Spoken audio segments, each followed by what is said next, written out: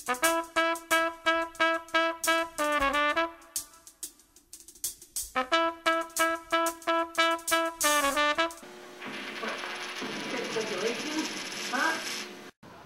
pa ba ang mabibili ngayon ng 10 piso mo?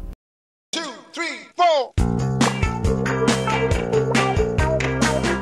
4. Yung 10 pisong ulam.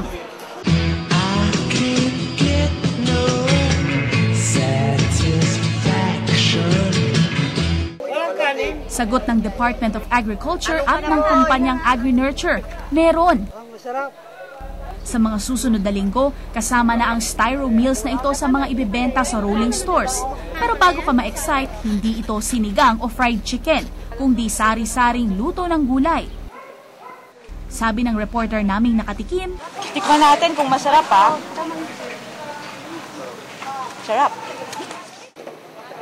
Masarap kung 10 piso na lang ang pera mo. Wala na rin tayong pesos niya. Kari na lang eh. Ito lang eh. Nakilala ang tindahan na hap-hap.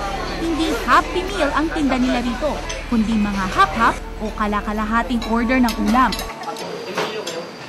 Ang 10 piso mo, kalahating order na lang ng gulay ang mabibili. Okay na itong pantawid ng gutom, pero kung saan ka makakahanap ng ganitong klaseng ulam, pahirapan pa. Hindi nutritionist si Jenny, ang may-ari ng hap-hap. Pero alam daw niya ang sustansyang mabibili ng 10 piso at ito raw ang isusukli niya sa mga parokyano ng hap-hap. Kami, may sahog kaming dati kahit gulay lang siya. Tapos nagdadagdag lang kami sa isa. Pero kung sa hap-hap kalakalahati ang ulam, sa sampalok isang order ang katapat ng 10 piso mo. So ito halagang 10 pesos lang, lumpiang Shanghai. Meron siyang lamang karne sa loob. Yun nga lang, kahit halos ipamigay na ni Karina ang kita dahil sa mura ng paninda, di pa rin siya pinapaligtas ng mga parat na kapitbahay niya. Sabihin nila, pwede kang 5 na lang, te. Oo. Ano ang sinasabi mo? Sabi hindi pwede. Wala nang baka nakasalusin na kami sa... Ang mga estudyante na sa allowance na bubuhay, sa mga budget meals tumatakbo. Pero paano kung magkagipitan at sa 10 piso na lang ang matira? Ano pa kaya ang pwedeng laman ng kanilang tiyan? Dahil magpapasko na, binigyan namin ng maagang aginaldo ang nursing student na si Adrian, 10 piso, para bumili ng pangkain niya. Ito ang resulta. Ito po yung nabili ko sa halagang 10 piso, 5 pirasong pugo.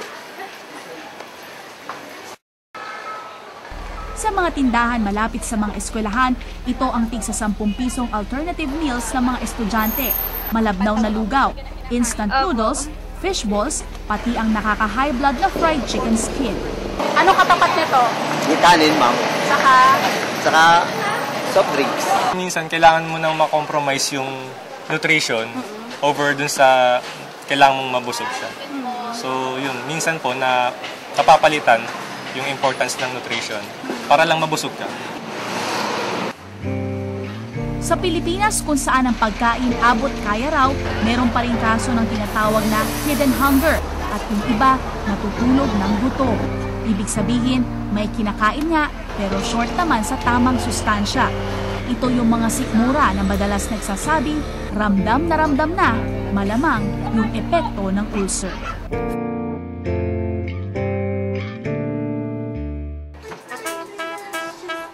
Faye Tobias po, dokumentado.